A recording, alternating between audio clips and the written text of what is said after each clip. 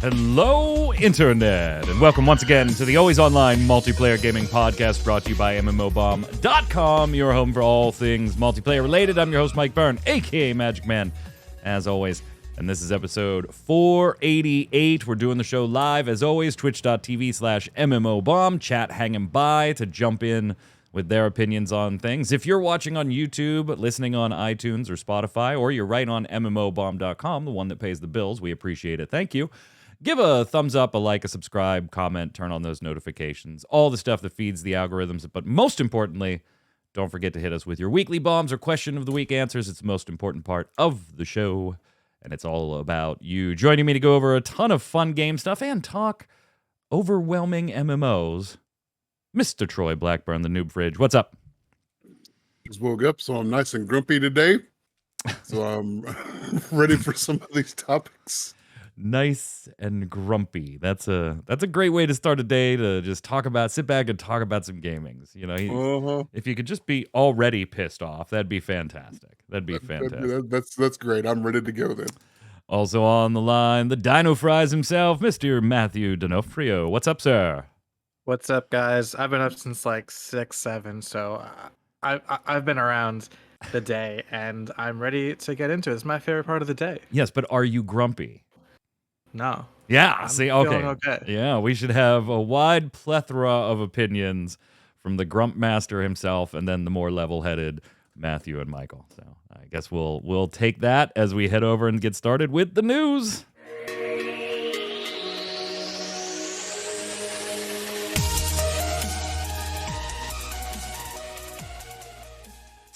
So, hey, we do have a lot of news to cover today. There's some testing stuff going on for different games. We want to get a pulse check and see if anybody's still interested in those.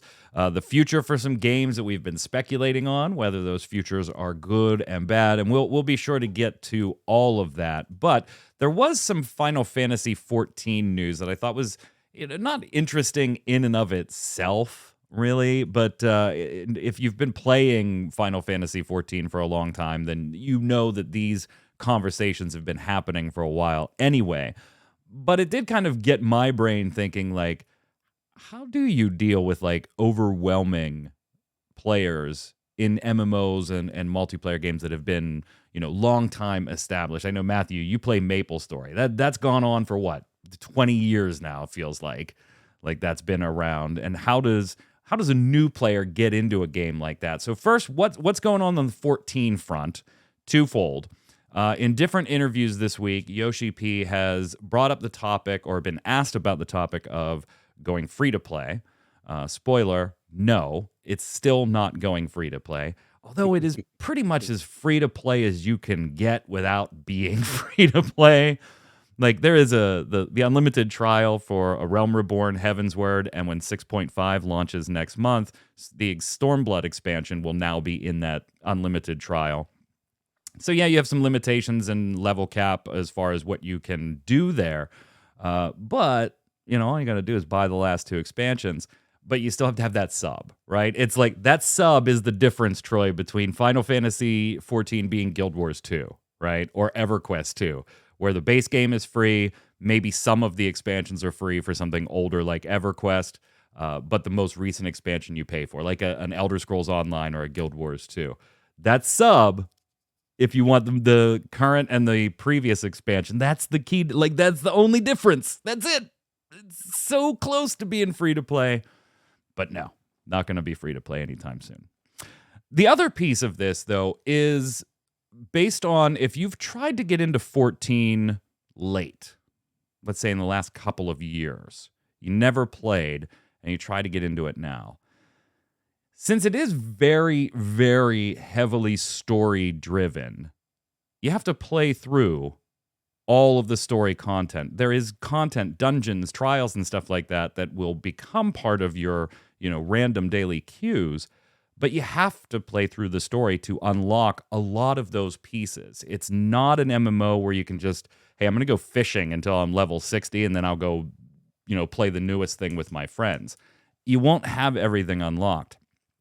Now, the game has always sold story skips in the cash shop.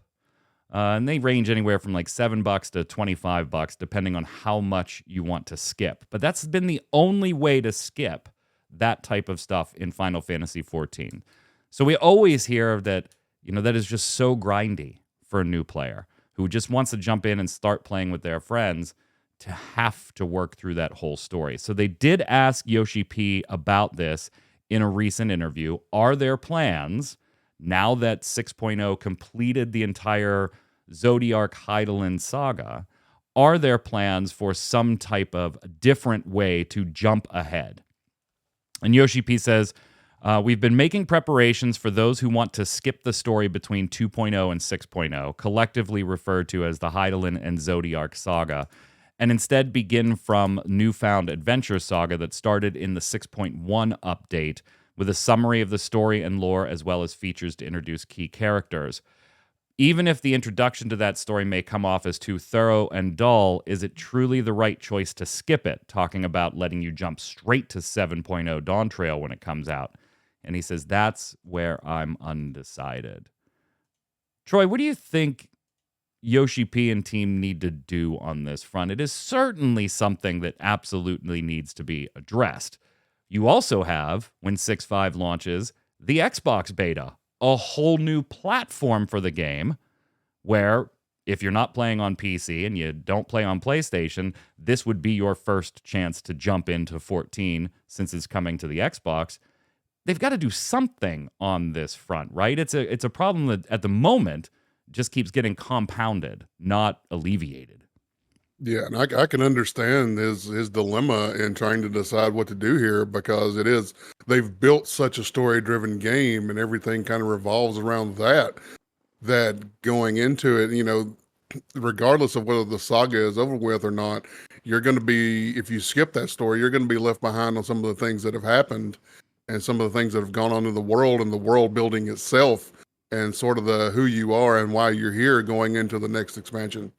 So, knowing that, it's definitely a tough decision. That being said, there's something to be said for the way players want to play, and they want to play with their friends if they're coming in, to play with people who have been playing the game for a while, and they want to jump in and play with whatever their friends are playing.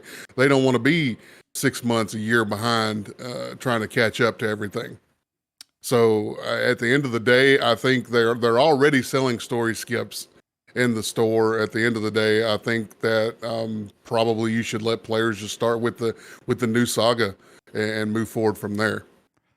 Yeah, Matthew, that's the problem though, right? Like in the cash shop, they have those story skips already. Now we're talking about a skip straight from 2.0 to 6.1. At least that's where Yoshi P seems to be leaning. He doesn't want you to be able to jump all the way into Dawn Trail yet. So how do you do that in a way that, one, doesn't negate the fact that you sell these skips in the cash shop and are trying to make, a little bit of bank off of those, but two, not make new players feel like they also are going to have to buy the game, sub up, and spend, $25 on a Dawn Trail story skip. Like they've got to find a medium here, right? Yes. Like you can't just give it away because then it negates Right. the items you have in the cash shop. But then you can't put it in the cash shop without it being like, oh yeah, you got to spend $40 or $50 on the game, $15 on a sub, and yeah, if you want to jump right in with me, it's going to be another 25, 30, whatever bucks. Couldn't they give it away and kind of compensate people who have bought the story skips in the past somehow? How so? But then it invalidates the product going forward too, right? Like if there's a Dawn Trail skip, why would you buy the skip to Stormblood? Going forward. But so skips are the problem because they you have to buy a bunch of them. But I was saying if they stop the skips or let anyone skip and then give people the credits, the in-game credits for the skips they've bought in the past, would that solve anything? I don't think so, because then you lose, right? As a business, you lose. But you're taking the loss for the future of the game. Yeah, to no, welcome new definitely. And players. there is an argument that might be the right decision is, hey, you know what? We'll give you the Dawn Trail or the 6.1 skips to get new players and Xbox players and people that maybe like Troy. Like Troy got to like level 20 and was like, I don't feel like doing all of this just to get to the cool stuff with my friends. Like maybe they get Troy back if they say, hey, in Dawn Trail, when you buy the expansion, Troy, if you want to, one time only because you bought the expansion, like maybe it's not a product at all in the cash shop. Maybe it's just in the expansion, kind of like Guild Wars 2 does with a level boost. If you want to, you gave us $50 for the expansion. We'll let you take one character and skip it straight to Dawn Trail if you want to. I think that kind of solves it, and then maybe it falls into the cash shop at some future date. I think there's a problem with selling story skips altogether, because as a player, you tell me, if you're selling story skips, you're telling me there's skippable story. And for a game that which is a point to Cal's been making in chat the entire time. You know what you're getting into with a Final Fantasy game. If you don't want to frickin' play the story, don't play the game. And yeah. I can't say he's wrong. I may not agree, but I can't say he's wrong. Yeah, but if that's the way that the game should be and the game that should be played, why are they selling story skips to begin with? You're telling me that there's skippable story. Like there's stuff that I can just not have to see and I can move on with my life is the counter argument to that. You're the one selling me story skips. The worst part about it agree. with Final Fantasy, though, Matthew, is that story skips do not level boost. That's a totally different product in the Final Fantasy cash shop. A character level boost versus a story skip. They're two totally different things. So you can skip all the story, but you're still level 1, and you got to go find a different way to level up with your friends. They're totally different products. Very tricky. I'm just trying to think like, level scaling, but then that messes up so many other things. But I agree with Troy that the story skips were a bad idea in the first place because they were selling them. So they're telling players it's okay if you skip the story, but you have to pay us. So they're saying that you can skip the story. So then, yeah, everyone should be able to skip the story for free, or they're not going to welcome new players. The game's not going to grow. They're just going to have the same players the whole time through. And I don't know. I think like just like a level boost for everyone. You can have it at a sliding scale in accordance to what expansion is out and how low your level is. Your levels are really fast at first, and they start to slow down, and so that everyone can catch up to where the game is at. Then if you do it for Dawn Trail, people are going to start expecting it for every expansion, even if it's still in the middle of a saga, right? They're going to be like, well, let me just skip that first section of Dawn Trail and get on to whatever the new stuff is. So you start opening that can of worms as well. But people, I think FOMO is very powerful. Like, people are going to want to play the brand new thing when it's first out, despite the incentive of, I guess, waiting and not playing, because the whole point of the game is to have fun. So wait, you play games to have fun? Yes, I do. That's weird. I actually do. That's weird, dude. That's crazy talk. Yeah, and Final Fantasy is in this kind of unique position. We've seen some other, lesser populated MMOs do it too, but 14's in this really unique position, right, where they've had multiple expansions, but they have clearly ended a story, and they've been very public that 2.0 to 6.0, all of the expansions in that are all telling one long story, but now we are done with that story. We are moving on and starting a new story in 6.1 with some prologue stuff to launch in 7.0. So I don't know, Troy, like if you... For somebody like us that follows this like all the time and we're reading it, like we can clearly delineate and say that's why they offered a free skip with Dawn Trail, because there's a brand new story. Where your average consumer that doesn't follow it might not be able to do what you were just talking about, might go, okay, well, the next expansion after Dawn Trail, I would expect to get a skip to that one too, where all of us are going, no. They do the skips when they're done with the stories. So it does become a little bit, I guess, non-consumer friendly as far as general consumer goes, the bulk of your audience. This kind of led me to start thinking about a different question, though. We all hop from game to game to game, not just for like the reporting and the first look videos and preview articles and stuff like that on MMOBomb. But generally speaking, we're all MMO fans. We want to try the new sexy, and maybe it'll stick with us like New World has with you, Troy, for a while now, and you're pumped for their expansion coming up. And maybe it won't. But we also dive back into games. I know Troy recently, not like last month, but in the last year, you've really started getting back into Lord of the Rings Online. Yep. And games like that, like EverQuest 2, even Guild Wars 2 might be the perfect example of this for me personally, by the way.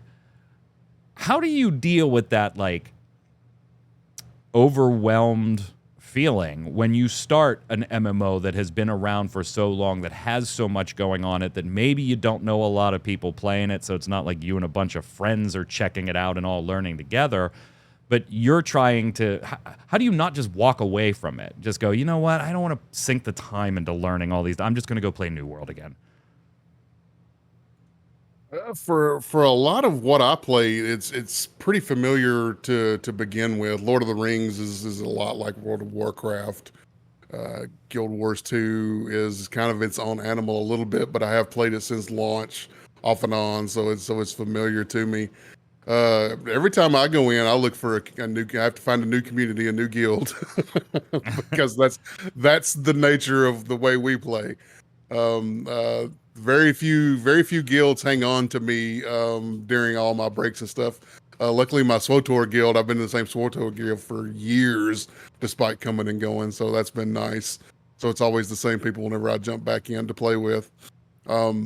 But yeah, it's finding a new community, and it's kind of starting over a little bit. A lot of it is, hey, maybe I don't remember quite everything or exactly how everything works. So I've got to go back and kind of refigure out the game. And maybe I start a new character at level 1 until I get to a certain point to where things start coming back to me. Then I jump onto my, my end game characters, and I'm a little more familiar with the game. But it's not as easy as it sounds all the time. Sometimes it can be a little rough jumping from game to game. And it's easy to walk away.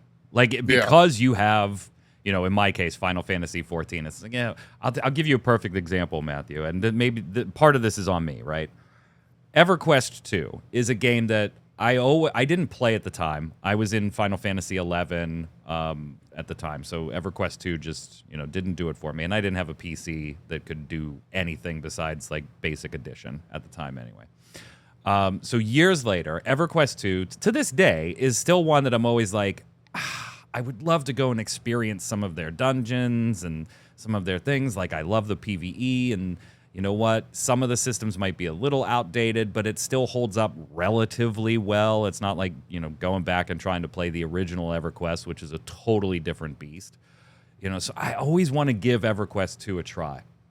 And I always get in, and, sometimes I'll sub so that I can go to the sub-only server. Sometimes I won't. I'll just do the free-to-play thing. I never last longer than like 2 weeks. Ever. And the one time that I thought, okay, I had been playing it for like about 2 weeks, and I'm like, cool, I'm getting my bearings. I know how to play an MMO. To Troy's point, there's a lot of similarities. But sometimes you just look at, oh God, if I want to ever do that, I got to do this and this and this and this. So I thought, I don't want to do that. So then I thought, you know what? I'll buy a level skip.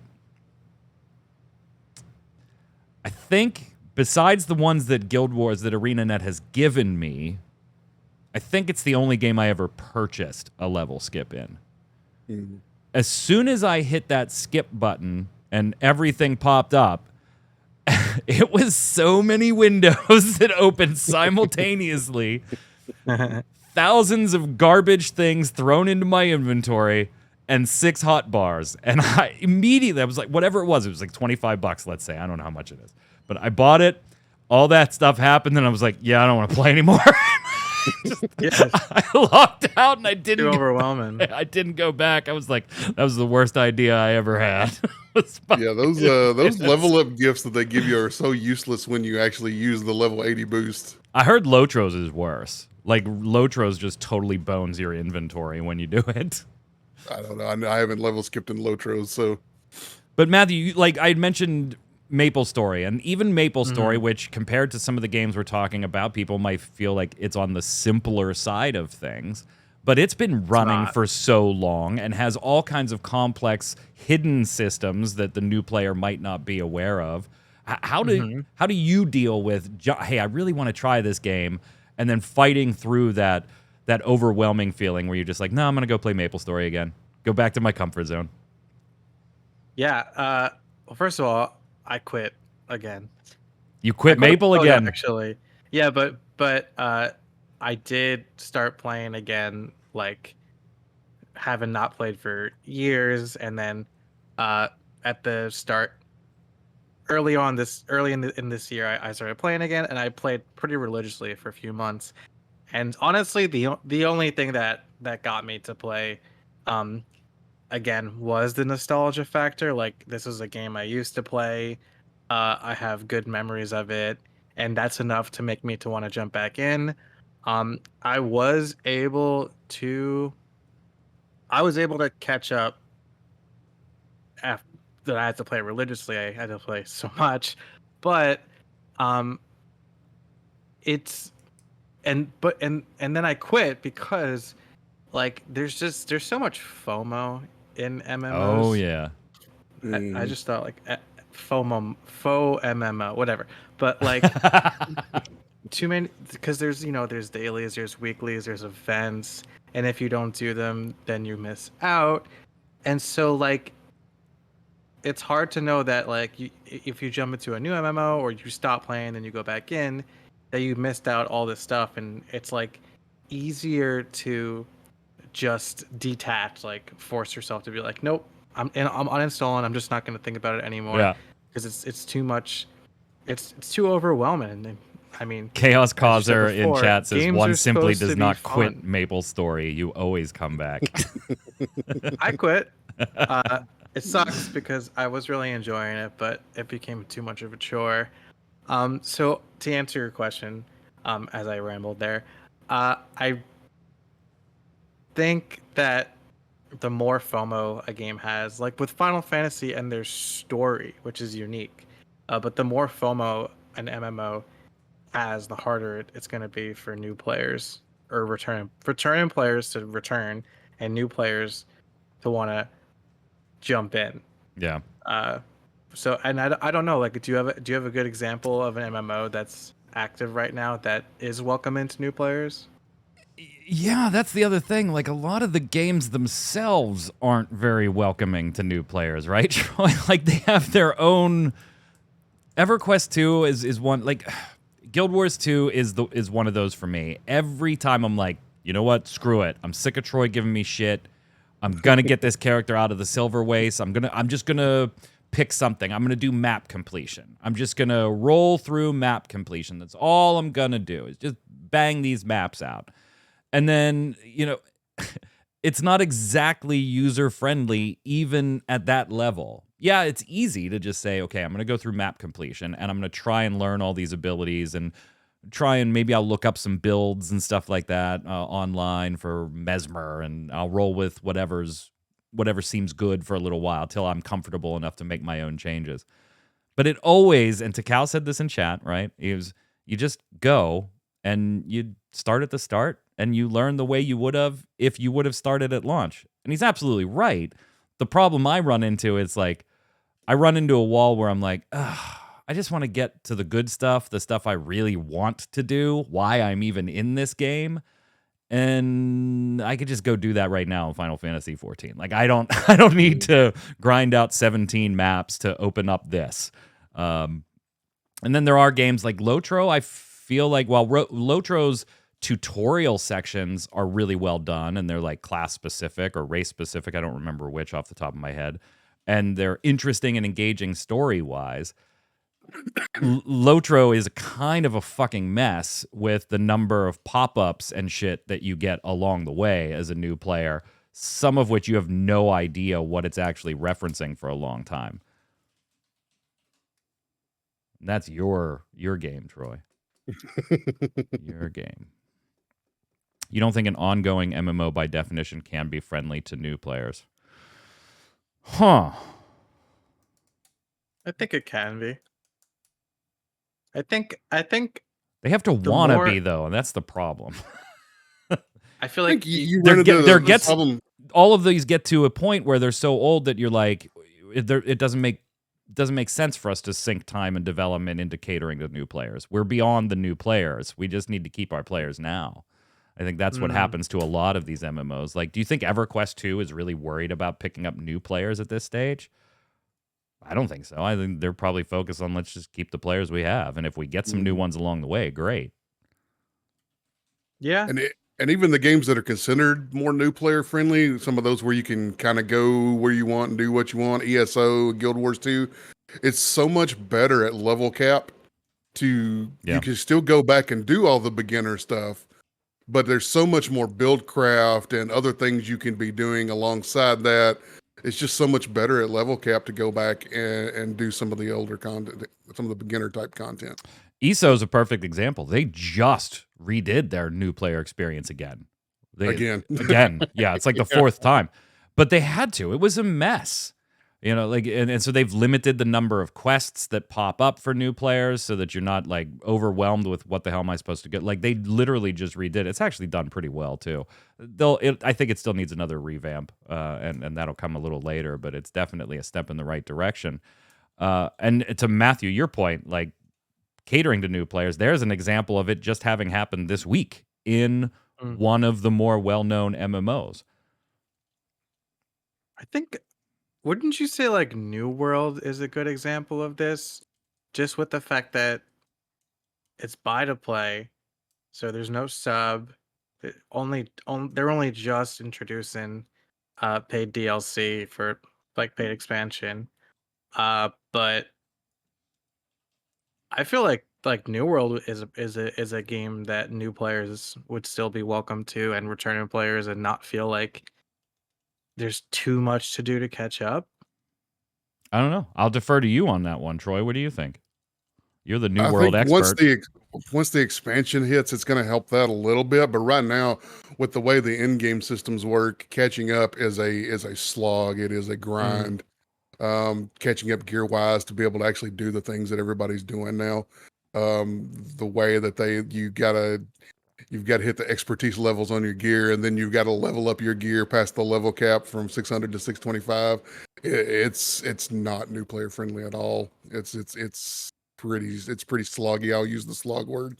See, now I want to give EverQuest 2 another try again because we've been talking about it. It's one that always does that to me. Like, I'm like, I feel like I would like a lot of the stuff in there. Anyway, let us know how you overcome that, like, I'm just going to go back to my comfort zone feeling when you're trying out an MMO or a multiplayer game. Let us know in the comments below.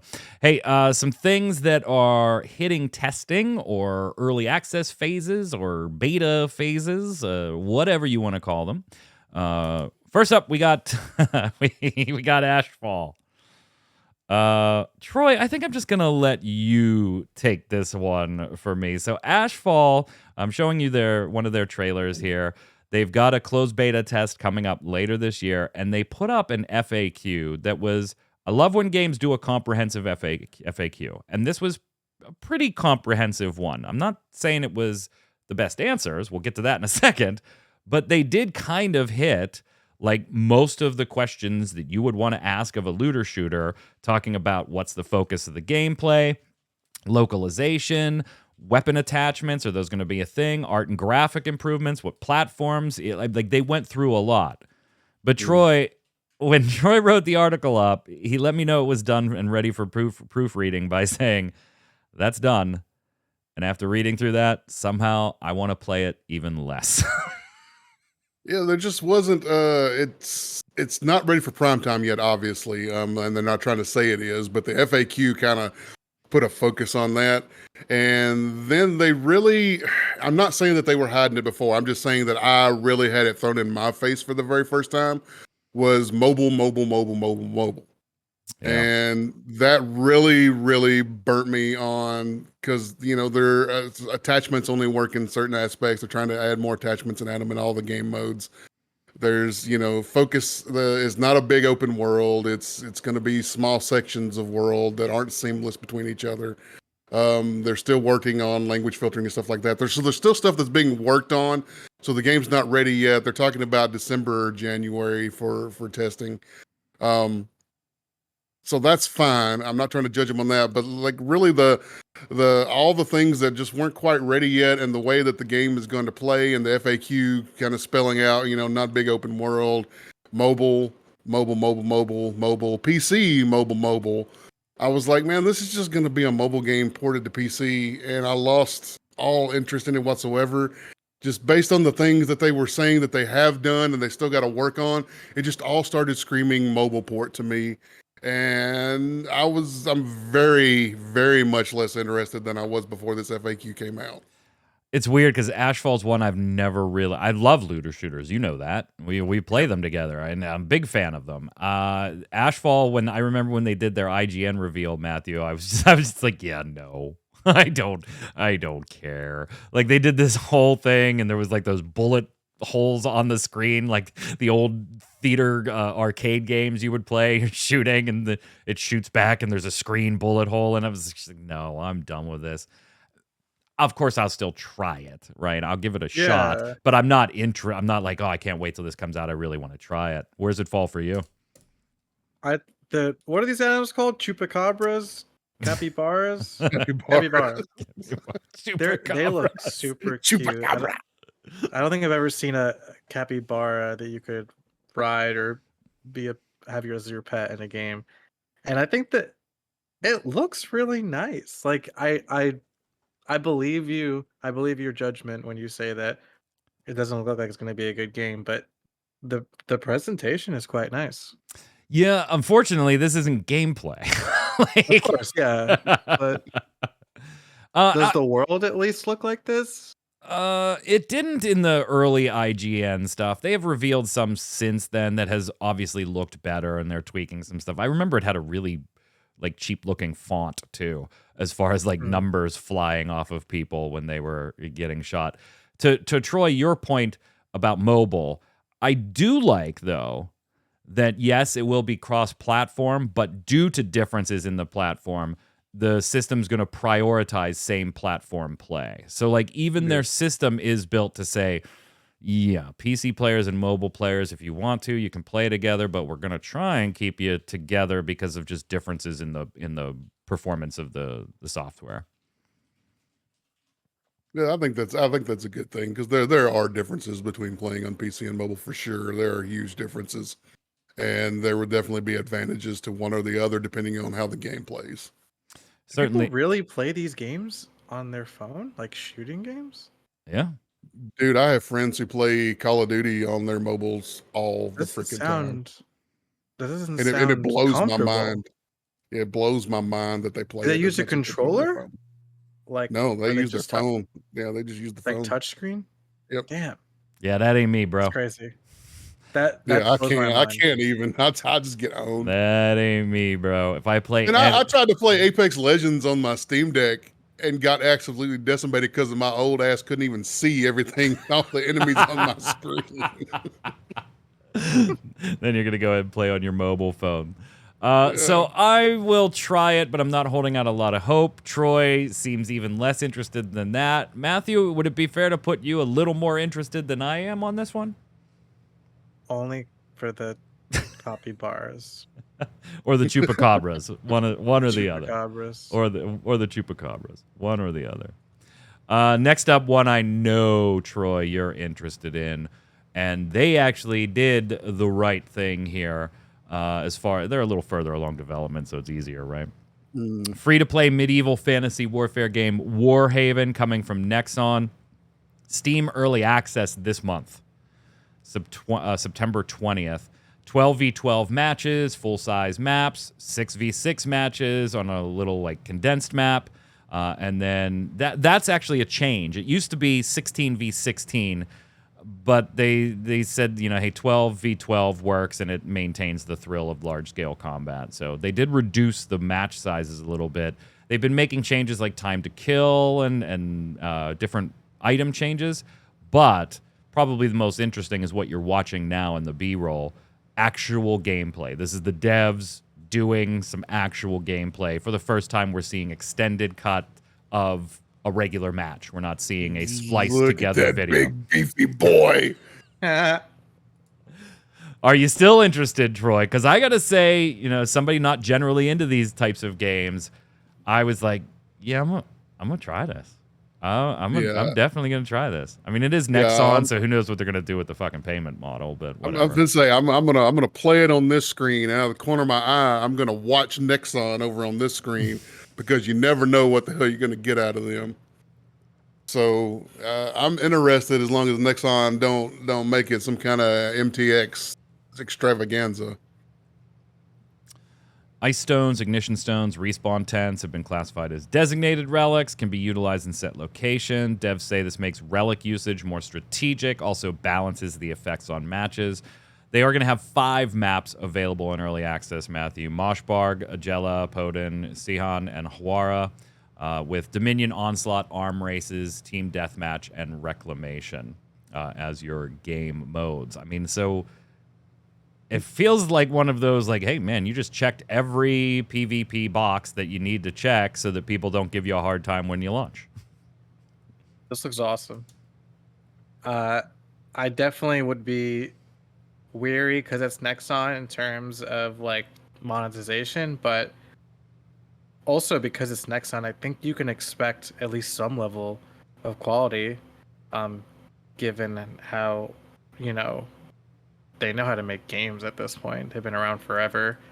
It looks cool. It looks like a less. It looks like what was that game? It looks like For Honor, but that it takes itself less seriously. And I didn't like For Honor for that reason. That it was too much focused on like 1 versus 1 combat. Yeah. And a little bit too complex. But this looks like kind of just like, get your big ass sword and go cut people. Look at your big beefy dude just gliding around, man. It looks fun. I also am not really into these types of games, but this looks really fun. It looks smooth too. The combat, like it's very. Every time somebody wants to do like a melee-based battle royale or something like that, it tends to like have the action combat because it kind of has to, right? But then it also tends to like slow it down in that attempt to kind of make it feel more impactful and slower, swinging a big broadsword versus a one-handed sword. And I get that. You know, you want them the feeling of impact. But sometimes they take it a little too far for my taste, and it's like, this just feels slow. Gameplay should come first over realism. Yeah. Gameplay should be fun. It looks good.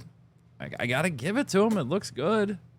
And it's got to be one that they have to monetize this, right? It's like, this is stupid easy to monetize. If the game is fun and the game is fleshed out, you just slap the Overwatch skin monetization on it, right? Oh yeah. Like that's it. It's not hard. Which is fine, right? Like if it's just all the cosmetic stuff, until they go slapping legendary weapons in there. That's just why you got to play until they do that. You play games these days. You play until they get predatory. So all 3 of us, surprisingly, on a PvP-based game, give it a thumbs up. I'm surprised by that. Definitely interested. Last up here, Deceit 2 released a new trailer. Now, this may be one that, you know, I'm not going to say it. I want to get your guys' opinions first. I have a prediction on who will be interested in this and who won't be. Deceit, if you never played the original, is a social deduction game. So think like Among Us, where 2 players are nefariously doing things, except a lot more grown up, right? In a bloody horror movie type setting. Creepy, that whole thing. Troy, what do you think? Aesthetically, I like the way it looks. I think it looks cool. I think it looks creepy.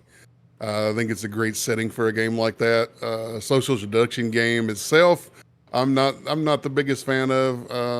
I don't know that I'm probably going to play this, but I do love the way it looks in the setting that they've got set up for it. Matthew? I mean, this one's just like a week away. Why do these kids have guns? That's none of your business. I'm too much of a bitch.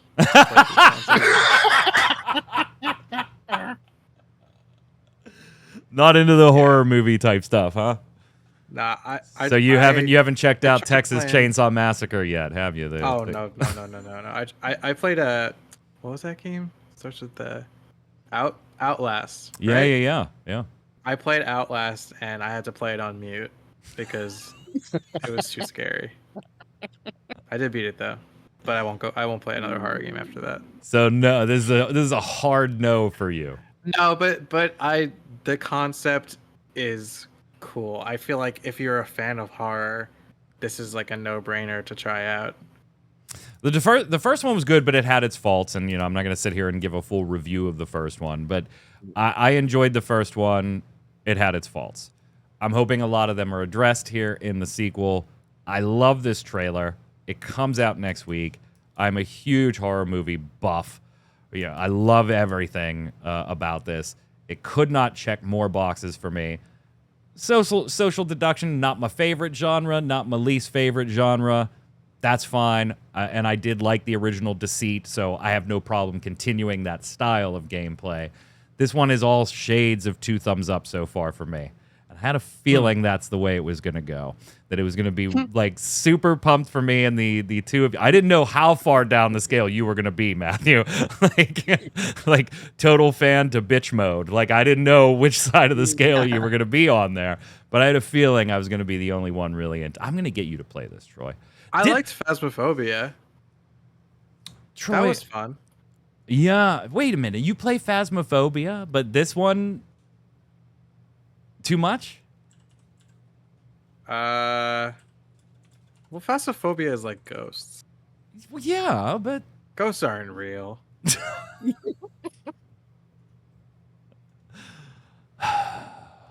Troy, I'm going to get you to play. Let's finish up with a few news hits, and then we'll slide over to the weekly bombs. Just some updates that I thought were interesting on the future of some games that we actually recently speculated on. So last month, hold on, let me get the exact date. Yeah, August 11th. Last month, we wrote a piece about Redfall, speculating on Redfall's future because nothing had been going on their social media for months. Updates, it was just dead, right? And we all know that it didn't launch that well to begin with. Fast forward. In an interview with GamesIndustry.biz, Bethesda's head of global publishing, Pete Hines, was obviously talking a lot about Starfield, right? That's the big sexy, and they're pumping all the information out. But he was asked about Redfall, too. And he said that, hey, Bethesda doesn't enjoy failing to meet player expectations, but noted that it's not unfamiliar with having launches, Matthew, not go the way they hoped, and that they don't quit or abandon stuff just because it didn't start right. He goes on to give examples like Elder Scrolls Online and Fallout 76 not landing the way they hoped initially, and then pointed out that in both of those cases, they did keep working on the game and carrying on and to get them up to snuff.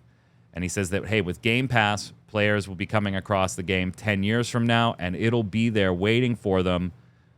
He says, hey, we're not ready to give up on it yet. We could make it safer, less buggy, less risky game if they wanted to, but that would take away from the player experience. They're not ready to give up on Redfall yet. Lip service, or can we actually expect Redfall improvements? Do you want Redfall improvements? Yes. Still? Like, are you actually you would play the game if it got better? I'd give it a second shot. Yeah, I love vampires, brother. Love them. For you, Mike, I say I have hope. I guess just like, I mean, he's not wrong on ESO and Fallout 76. Those were Fallout 76. Right on Fallout 76. Fallout 76 was an absolute disaster at launch. It was an absolute disaster. People actually disaster. still play that game? Yes. Okay. Because I agree with you on ESO. And I guess I just think about like No Man's Sky and how much they improved that. I guess there isn't really a game like Redfall, I guess, when it comes to like vampire lovers like yourself, Mike. Yeah. Besides like what's that game? What's that game that's like it's like a isometric V Rising. V Horizon, right? But that's like a totally different Yeah. genre of game, and I can't think of any other vampire games. There's also Vampire the Masquerade. Yeah, Bloodlines so- too. Next year. Woohoo! Fall Yeah. 2024. Finally got news on it this week. We'll be talking about it on Gaming Gumbo tomorrow, Troy. So, I guess it's not lip service. They probably will improve it. They obviously can. I mean, they dropped the game too early, probably because of I don't know their investors or something like that. But I have no doubt that they could probably make it good. I'm wondering if there's a demand for it. I can't disagree with them, Troy, on ESO not landing the way they wanted and taking the time and money to make improvements. Fallout 76 not landing the way they wanted and taking time to make that. I mean, there are almost 9,000 people playing Fallout 76 on Steam right now. Right now. And that's just Steam, right? That's just Steam. Where I might hesitate a little bit to believe them is they were their own company then. They're not anymore. They're owned by Microsoft now. Yep. And so while you may have every intention of wanting to do that, there may be an owner above you that says, no, we're not spending that kind of Too time late. and money to over. do it.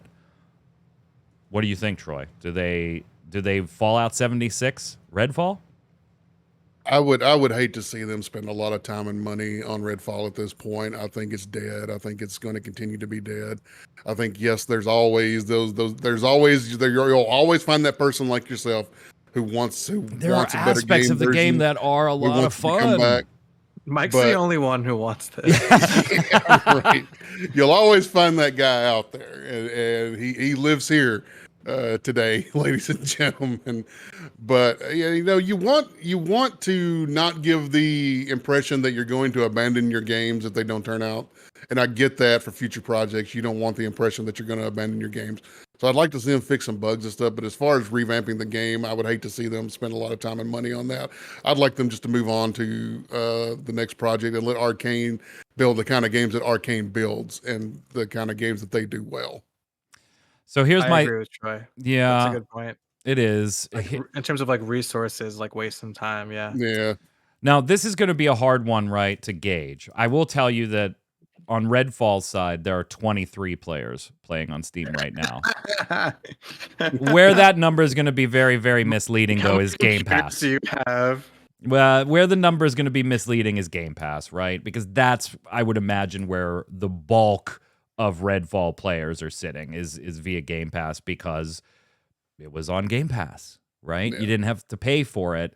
Their price Yeah. tag was absurd. Even I, who really wanted this game, wasn't going to spend what they were asking for it. If I didn't get it on Game Pass, I was going to wait till it was on a deep dive sale. And Troy, I feel like you're right. Like they might have the intentions to do this, but where you have, a few thousand people playing Fallout, and that's not quite what you were looking for, but there's enough of an audience there to revamp it. In not being able to see those Game Pass numbers, is there enough where you even look at it and go, okay, there's an audience that wants this, let's fix it? I don't know. You can't go by Steam chart numbers, but again, I think those are going to be wildly misleading on Redfall anyway. Although 23 is a pretty terrible number, even if it is mildly misleading. Oh boy. Next up, we followed up a few weeks later with a piece on Space Punks. Troy wrote up, hey, the silence is deafening. What's going on with Space Punks? Another one where it's Twitter was doing nothing. Even on its own Discord, there was nothing in their announcement boards on Discord, and people speculating right in their Discord if it was dead. I literally got an email. We posted that August 31st. We posted a new article September 5th. So 5 days later-ish, I get an email that's like, hey, we saw your piece. We have some information to share with you. You can't tell anybody yet. here's when it'll be published. Once it's published, you can go ahead and run with it. And Troy, the news wasn't great. Space Punks is going to be getting shuttered, unfortunately, which is sad for a game that had as much potential as I think that Space Punks had. It sort of had a shooter ARPG, sort of twin stick shooter sort of mix that I thought was quite a bit of fun, had a lot of potential. Could have used more characters and things like that, of course. Could have used a lot of things, obviously, because it didn't take off the way they wanted it to, for sure. But I thought it had a lot of potential. I thought it had something unique to offer. And I thought it was a fun game that, with what was there at the time, that I had a lot of fun playing with. So it's unfortunate to see it go away. But I think the writing has been on the wall since, what was it, February, Yeah. when they quit communicating. So like Valentine's Day was like the last communication from them. So unfortunately, we're going to see Space Punks go away. Never made it out of open beta, Matthew. Refunds for anybody that's ever bought anything in it, but you do have to actually manually go log that ticket, so make sure you see it. But it's not making it out of open beta. Skull and Bones had a beta test, Matthew. They actually had a beta test. And things seem to be okay for most people that were in the beta test. Not a lot of official chatter about it right now. However, they're about to, or they have lost their third creative director now, according to Kotaku. And the Singapore studio behind the game is facing an organized labor campaign by the Singapore Creative Media and Publishing Union. So the troubled waters for Skull and Bones continue. Mm-hmm. Wait, is this Ubisoft making it? Oh, yeah. Skull and Bones? I mean, they made Assassin's Creed Black Flag, so they can do the pirate thing, right? You would think. Welcome to every conversation we have about this stupid game. Like, how hard could this have been? You had Assassin's Creed Black Flag. All you had to do was make an online version of that. Yeah, because that game was great. That's a shame. I was with Starfield just coming out. I was thinking like, wow, like a game like Starfield, but pirates would be so cool, and multiplayer, obviously, because I feel like every pirate game has that is like a, oh gosh, what's it called? Sea of Thieves. I can't even think of others, but it just scratched the itch. I don't think it really dove deep enough. That was unintentional. But yeah, that's a shame. This game, I love pirates. I feel like the way Mike is with vampires, I am with pirates. Well, so I have vampires, you have pirates, Troy is Vikings. Troy likes Vikings. Yeah. I'm with chat though. I'm glad that this has to come out. Right? Because I want to see just how bad this is going to be. I can't wait to see how bad this is going to be. You know what, though? I'm so excited. The thing that sucks is they are not going to give me a review copy. They absolutely are not going to give me review keys for this because of just we have shit on this every opportunity we've gotten. They're like, no. What if it's awesome and they're like, boom, in your face? Well, they're still going to make me pay for it. They're still going to make me pay for it. Ring of Elysium, free-to-play battle royale shooter. That's also shutting down December 1st. You'll have access to the game and your in-game items. Until then, all payments and stuff have been shut off. And your data is going to be retained for a little while just to comply with certain local laws. And then it's going to be gone too. So, goodbye that. Let's head over and do the weekly bombs.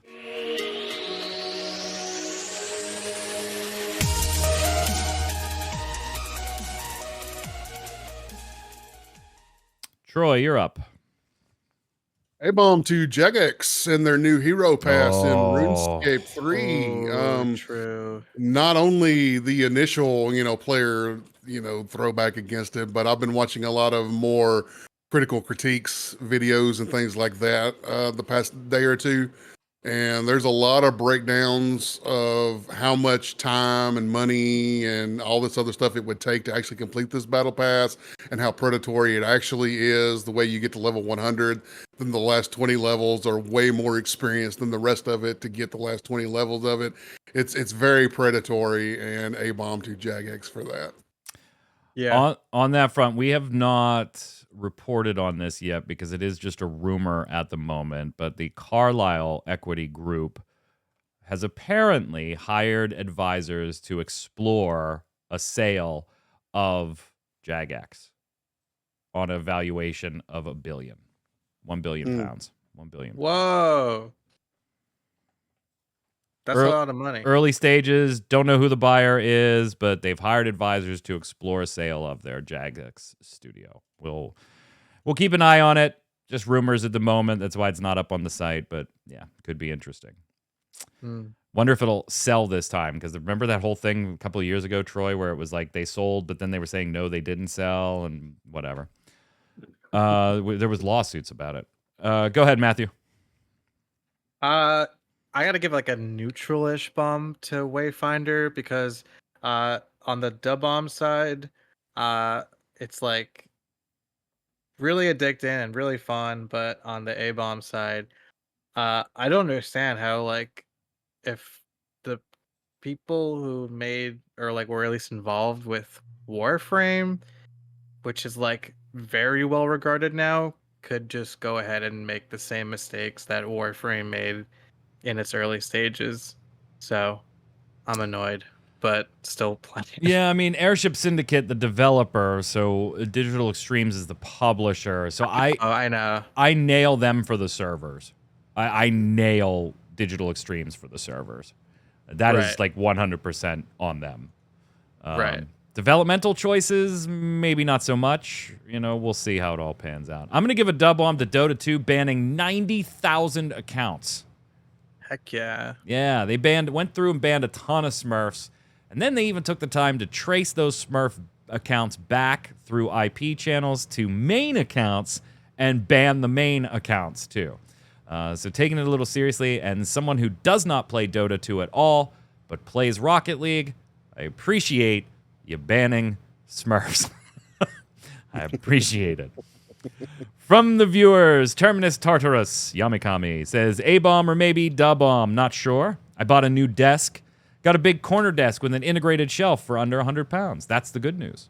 But in order to put it in my room, I had to make room in my room. A room I have not changed much for years. I had to move around a lot of stuff, had to clean, and found some interesting stuff. For example, in the year 2000 here in the EU, we got rid of our old currencies to get the euro. Before the euro, we were in... that's not 100 pounds, it was 100 euro, sorry. Before the euro, we in Germany used the Deutschmark. Nowadays, you can find the Deutschmark only in museums and in the hands of coin collectors, and in my room, as it turns out. So yeah, you see, a lot of work went into moving furniture around, so much that it's taken me the last 3 days, and I'm still not done. The desk is standing, though. But I just pull all the other stuff in boxes, which are now standing around. I work in a 4-day shift, yes, full-time, meaning I have 3 days a week. And now next week, the company is visiting an escape room, which means I only have 2 days next week to work on this. I know first world problems and such, but still, thanks for letting me bitch about this. You're very welcome. I appreciate it. It's a great story. Go ahead, Troy. Takal says, A-bomb to Nerd Slayer for, again, being loud and wrong. It's okay for one or the other, but not both. Yeah, Takao didn't like new video. Takao, tell me in chat what it is again. I didn't watch it. I watch his Death of a Game series because I enjoy them. And it does aggravate me sometimes when he mispronounces words. I'm like, could you please have your scriptwriter put it phonetically in there for you?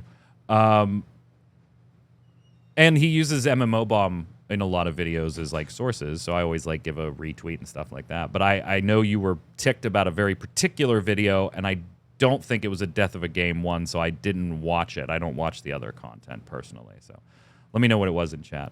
Go ahead, Matthew.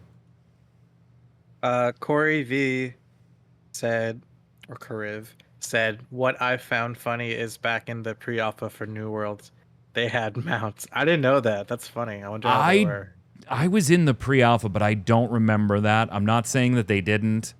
I don't remember. Troy, do you? Did they have mounts in pre-alpha? Well, I wasn't in that early. I wasn't Okay. when it was still pre-alpha, still more of a survival game than an MMO. Yeah. Takal said it was a video about how MMOs that are solo friendly are not real MMOs. Psyker says, I'm back. Missed it again. LOL. I'll be back, I promise. Live. We'll be here. However, dub on for BioShock 1 Remastered. It's rare that I play a single-player game, but I'm having a lot of fun with it. Great atmosphere, good storytelling, funny, and most of it manages to hold my attention. Yeah, it's a classic for a reason, my friend.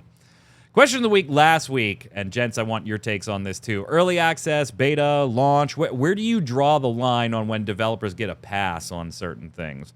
Mainly this kind of stemmed from Wayfinder and discussion back and forth with viewers on the last couple of episodes. Breckner says, question of the week, it seems like most early access games these days are using the tag just to avoid criticism while still gathering a lot of attention and money. Like the guy in the episode defending Wayfinder because it wasn't the official release, just the early access launch. Now look at Valheim. That game has no reason to be in early access anymore. It's been on there for what, 2 years and 2.5 years? Why aren't they releasing the game already? Also, I've seen alpha and beta key giveaways or invites, but I've never seen an early access giveaway. LOL. Another way to monetize, I guess. Go ahead, Troy. PMS level boss. Do not buy now. Wait till War Soul releases in 2024. Sound advice.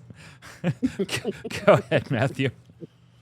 Baron Vagabond said, once they charge or a year later. I like the if-then statement there. Once they charge or a year later. Takal says, my line for when a dev no longer gets a pass is when they allow the public at large to play the game. If you put it out there, you're saying it's okay to judge it. So like past closed betas type things, whether it's an early access or an open beta, I think Takal's it. My thing is the minute you start charging. Yeah. That's mine. I don't care if you're in closed beta, early access, whatever you want to call it. If you charge, you are open to criticism. Sorry. Yeah, it's a good rule of thumb. I agree. Now there are free-to-play games that, like, hey, you can get into like Wayfinder, right? You can get into our early access if you buy a Founders Pack, but you have to realize it's early access, and that's the only way into their early access. Otherwise, you're waiting for their free-to-play launch. Sorry, you are open to critique for me. The only way that I can touch this game is $20. And it is generally available to anybody in the public to pay that $20 or more. There are other packs. You have lost the open beta criticism. So that's kind of mine, is when they start charging. Yeah. You pretty much, Tori says, I pretty much just view early access the same as release. In most cases, I would agree with you. Yeah. In a lot of cases. There are rare cases where they do early access differently. I've seen games that aren't going to be free-to-play do a free-to-play early access and then charge at launch. Rarely, but I have seen it happen. Those, I would give a little more of a pass to, because it looks like they're treating early access as an open beta. Come, test it, give us feedback. If you want to buy it at launch, pay us then. They do get a little bit of a pass. That. So It's almost like they actually want somebody testing their game, God forbid. Right. That's going to do it for us here on another episode of Always Online. We'll be back next week. The question of the week this week, hey, we talked about it. When you jump into an MMO that's been around the block for a while, how do you keep from being overwhelmed and just leaving to go play your old standbys? What can MMOs themselves do to help you hop back in or catch up without selling you something to do it? How can they make you want to stick around? Let us know in the comments below. Don't forget your weekly bombs. Dub bomb for something good, A bomb for something bad in the world of gaming or just life in general. Until next week, Matthew, where can everybody find you, friendo? Twitter, YouTube, Instagram, Spotify. I'm everywhere. Go check me out. Thanks, guys. Troy. YouTube.com/noobfridge. I've been doing a little streaming over there, trying out the YouTube platform. So give me a follow. The YouTube platform. I like that. That is the wrong screen. That's the right one. I'm Mike Byrne. You can follow me right there at magicman1, but more importantly, follow at MMOBomb, so you'll always know when we're going live with the podcast, streaming, or just hanging out, having a good time. Until next time, stay safe. We'll see you on the servers.